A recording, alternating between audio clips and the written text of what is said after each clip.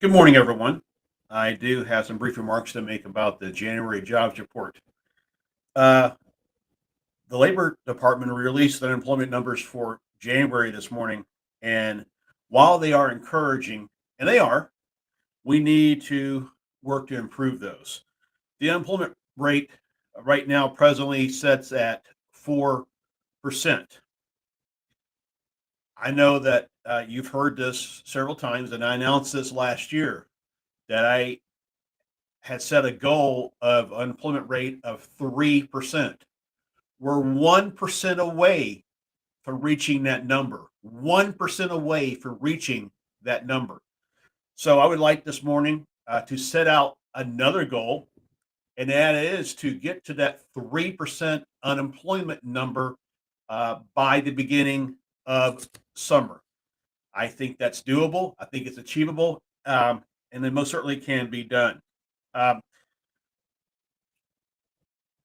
as far as unemployment's concerned, those numbers um, are still a little concerning out there. The employment numbers and the numbers of people who are leaving jobs for January, and that's for various different reasons. Switching around jobs, I know there's been a lot of that going on since the pandemic started. Switching out jobs, leaving the workforce to do something totally different. I know that's happening a lot. It's at 952,000. Now, here's the thing about that, and I've said this many times as well. Um, we've got to get back to work. It's time to go back to work. We are soon approaching the 2-year mark in this pandemic. Uh, we've got vaccines out there, and we need to get our economy back to 100%. That can be done by returning everybody to the workforce.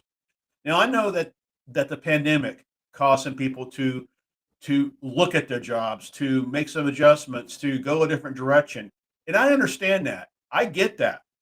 But for those who are out out of the workforce, out of the workforce because of fear, let me just say it's time to go back to work.